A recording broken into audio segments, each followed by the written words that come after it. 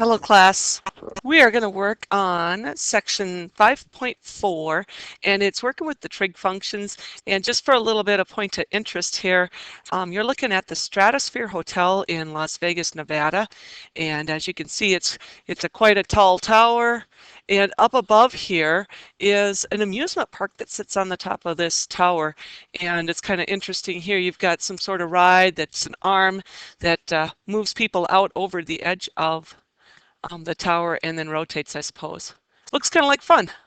I think I might enjoy that. So section 5.4, applying the trig functions. And our objective here is to use trigonometry to find the measures of the sides of a right triangle. And I hope that you can recognize that maybe you've done these type of problems before. Given an angle of 35 degrees and we know a side that is a length of 14, would I be able to find the other two sides of the right triangle? Well, yes, indeed, you certainly can do that. So let's go about recalling how to do these type of problems. Solve for a triangle ABC, round to the nearest tenth, and make a note that our right angle is going to occur at vertex C. That will be important when we draw in the pictures.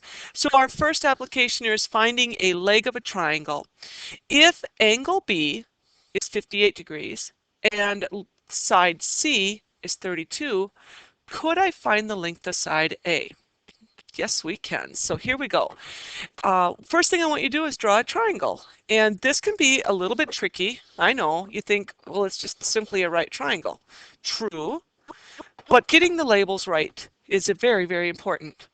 I told you that this is a right triangle with its vertex located at C. So lock that in. Put C at the right.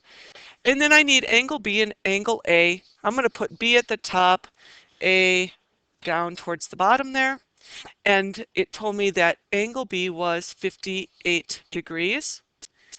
Now, to find side C, which is 32, I locate my vertex C, and across from it will be located the length of 32, because little c is positioned opposite capital C, and little b is located opposite the vertex B. And from angle A, I look opposite and I find the side that sits opposite it, and I'm at my little a. I'm going to erase these and then I'll redraw them. So I've got C, B, A, and C was 32. Now, going into the trig. This is 58 degrees. That's kind of like, you know, my eye up here. I'm standing positioned here looking out, and 58 degrees would make this segment adjacent to it. This segment B is opposite my angle, and then I have my hypotenuse, which is always opposite the right angle. To find A, I would choose out of the sine, cosine, and tangent function, which this is TOA. So TOA, I have an adjacent and a hypotenuse involved. Adjacent and hypotenuse says work with the cosine function. So the cosine of 58 degrees is equal to the adjacent side, little a, over the hypotenuse of 32. Now to solve this, just simply cross multiply. 32 times cosine of 58 degrees. And pick up your answer for little a. So grab your graphing calculator. Got your graphing calculator. I'm going to hit clear. I'm going to go 32 times the cosine of 58. And you don't really have to close the parenthesis. I'm going to. And I pick up that the distance is 16.957. And I need to round to the nearest tenth. So that looks like it's going to round actually to 17.0. And that would be my A. Next problem. Draw your picture, finding the hypotenuse on this one. Draw in your right triangle. Once again, C will be our right angle. I'll put B at top. A at the bottom again. That forces little a to be across from big A, little b across from capital B, and side C to be across from capital C, the angle. 38 degrees is our angle A. We also know that the side opposite that is 14, and we want to find C. Take a moment, label out your two sides. Are they opposite? Are they adjacent? Are they hypotenuse? So 38, from 38 degrees, whoops, what am I writing? From 38 degrees, that is not the hypotenuse. This would be the opposite side, and this is the hypotenuse. When I'm working with opposite and hypotenuse, I should use the sine function. Sine function is equal to, so sine of 38 degrees is equal to the opposite segment, 14, over the hypotenuse segment, which is C. Now, pay attention here, guys. When I'm trying to solve for C and it's in the denominator, it takes just a little bit more work for solving. I'm going to go back to that idea of a proportion. So let's solve using a proportion. Cross multiply and I get C multiplied by the sine of 38 degrees is equal to 14. I want to get C by itself, so I am going to divide by sine of 38 on both sides. Leaves me C equals 14 divided by sine 38. Take your calculator and calculate that out. Okay, I've punched mine in. Hopefully you've punched yours in. And I notice I'm getting an answer of 22.73. So it will stay at 22.7. Excellent. Next problem. If A is equal to 50 degrees 45 minutes and side C is 27, find B. Take a moment, mark up your picture. Locate angle A at 50 degrees 45 minutes. Little c, or the hypotenuse in this case, is 27, and we want to find B. Label your diagram. What segments of the triangle do you have? Do you have opposite, adjacent, hypotenuse?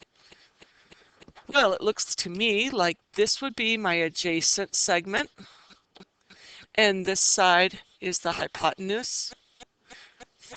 Walking through SOHCAHTOA, adjacent and hypotenuse call for the cosine function. So cosine of 50 degrees 45 minutes will be equal to adjacent, which is B, hypotenuse is 27. I can multiply by 27 to get my answer. So B is equal to 27 times the cosine of 50 degrees 45 minutes. Now, hey, do you remember how to put this in your calculator? So I'm going to hit clear and I'm going to put in 27 times cosine 50 degrees. Go into the angle menu. Locate that angle menu, select degrees. Key in your 45. Go back to the angle menu. Key in, whoops, I'm not sure mine took. There we go, minutes. Check it over, it looks right, hit enter, and I'm getting 17.1 for B. B equals 17.1. Definitely should be less than 27, which it is, so I think I have a decent answer. Angle of elevation, angle of depression, and something that you should have been working with probably in geometry. When an object is above or below another object, you can find the distances indirectly by using the angle of elevation or the angle of depression. And this is kind of a nice picture of where you're at. If I'm up above something and my line of sight, if I look straight out, I kind of get my line of horizon, or my sight of horizon there, which would be like a zero slope. If I look downwards towards something, I'm going to be depressing my head, and so this is an angle of depression. If I am standing and looking straight out and I happen to lift my head to see an object, such as here I'm maybe this person and I look out to see the airplane, I'm going to have to tip my head up. That's going to be an angle of elevation. So remember, your line of sight is always your horizon. And depending on whether you look up or look down, looking up would be elevating, looking down would be depressing. So example 1, here's the stratosphere that we were talking about on the beginning of the lesson. Stratosphere Tower, Las Vegas, Nevada, features 2 thrilling rides located near the top. At a particular time of the day, the shadow cast by the tower is 535.8 feet long. The angle of elevation of the sun is 65 degrees. What's the height of the stratosphere? So now let's get these pieces in place. 535 was the shadow. So 535 feet was the shadow. Well, most of the time shadows occur on the ground, so I'm going to put my 535.8 feet on the bottom of the triangle on the ground. It has an angle of elevation of 65 degrees. So this is the angle of the sun. It's an angle of elevation. Position it right there because it's going to go from the horizon elevating upward. We want to find the height of the stratosphere. Think about it for a moment. What segments of the triangle do you have? Well, you have the hypotenuse. Oops, I'm sorry, we do not. We have the opposite and the adjacent. So opposite and adjacent call for, out of the TOA part, the tangent. Tangent of 65 degrees is equal to opposite over adjacent. Opposite is h, adjacent's 535.8 feet. And I can multiply both sides by 535.8, or I can think of cross multiplication. 535.8 times the tangent of 65 degrees equals some value of h. Take a moment, put it in your calculator, get your value. Last problem we're going to do.